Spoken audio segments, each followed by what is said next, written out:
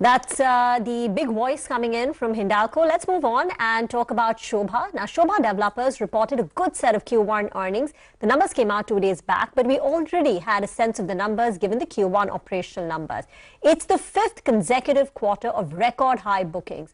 Pre-sales jumped up by 28% on a year-on-year basis, and realizations have improved very sharply, A, due to price hikes, and 2, a change in the product mix. The company is now selling far more luxury homes, which has helped boost their realizations. To discuss their Q1 performance, we're joined by Jagadish Nangineni, the MD of SOBHA.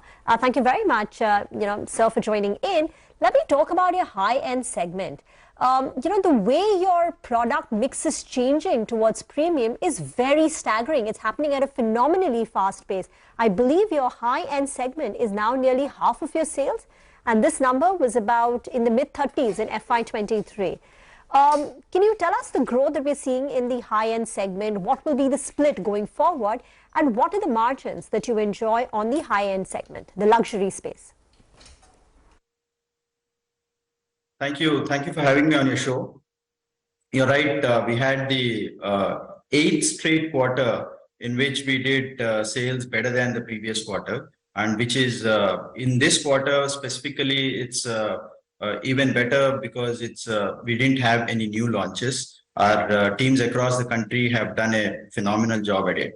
The performance especially is due to a combination of 2 factors. One is our geographical diversification that we had, where we have inventory in 11 cities. And second is due to the change in the mix, like you have observed, from the mid-luxury to a slightly high-end luxury segment.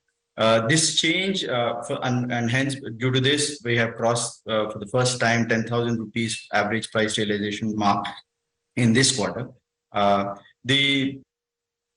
The mix is also because we have seen the trend of larger home sales early on, and we could change our mix in our own design, and that has helped us. And second is also the you have seen that more than 3 crores ticket size, which is contributing 37% of our sale in this quarter. About 2 years ago, that was less than 5%. So that change in the mix has worked out really well for us.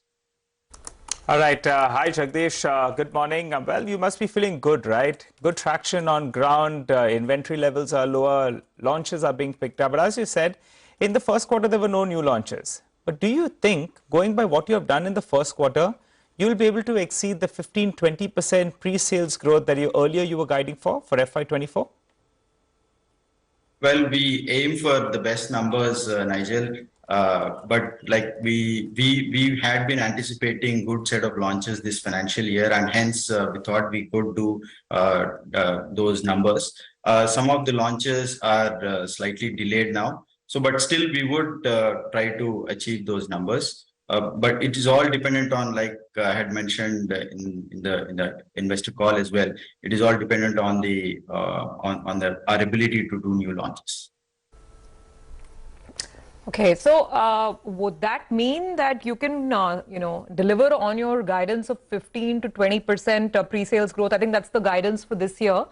Are you on track, or given the traction that you're seeing so far in the first quarter, you think you can maybe even do better than 20%? I think we are mostly on track for trying to do that.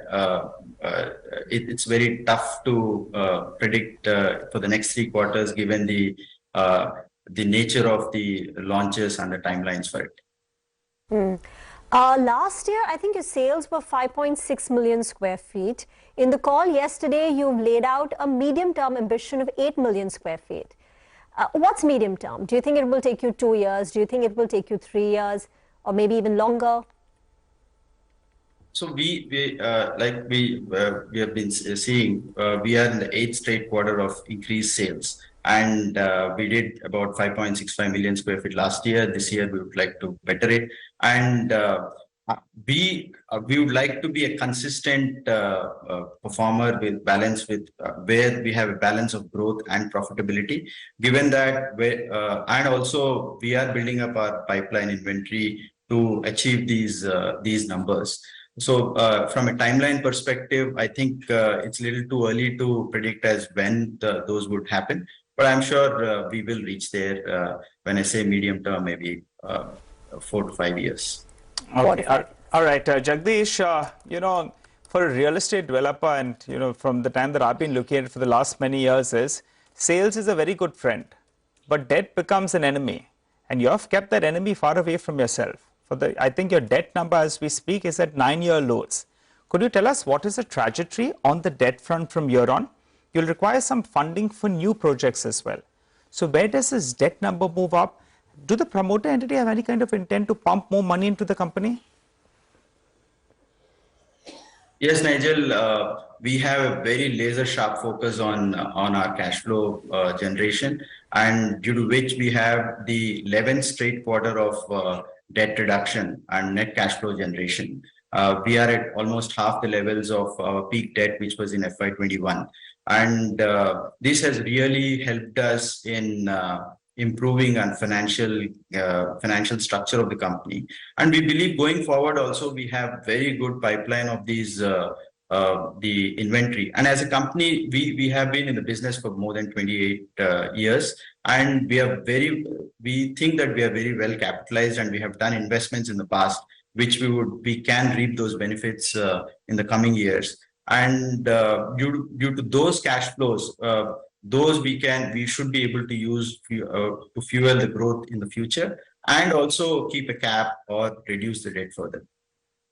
Okay, so can you sort of lay out that roadmap for us? I was just going to get to that point actually. What is a debt equity ratio that you'd like to maintain on a going basis? You said that there's more cash flow coming in and you could reduce debt. So what number could it go down to? What is a comfortable debt equity position? And then what about funding for future growth? I mean, whether it's buying land and your other investments as you're looking at the launch pipeline, how will you sort of look at the cash and the investment for that? Well, like I just mentioned, the cash flow that we are visualizing from the new inventory that will come in, that should largely fund the growth for the future, and hence our ability to manage the cash flow and keep the debt at these levels should be fairly good. Very quickly, Jagdish, in Q1, the blended realization went up by 25%. Partly it's on account of the fact the company is selling more premium projects. But you also undertook a price hike, 17% price hike in Bengaluru, and Gurugram prices, I believe, went up by 40%. Do you think, the company will be upping prices again in Q2 or Q3? What's the view on price hikes from here on, and in which markets? We are not here. Actually, stable pricing and incremental inflationary-led pricing is what we are happy with.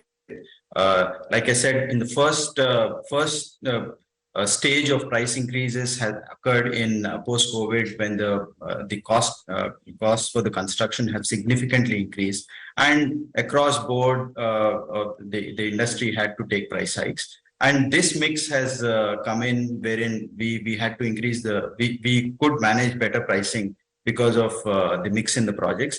We are not necessarily seeing a price hikes from here on, but at the same time, due to the mix in the change in the nature of the projects, if the average realization improves or remains steady, we'll be very happy with it.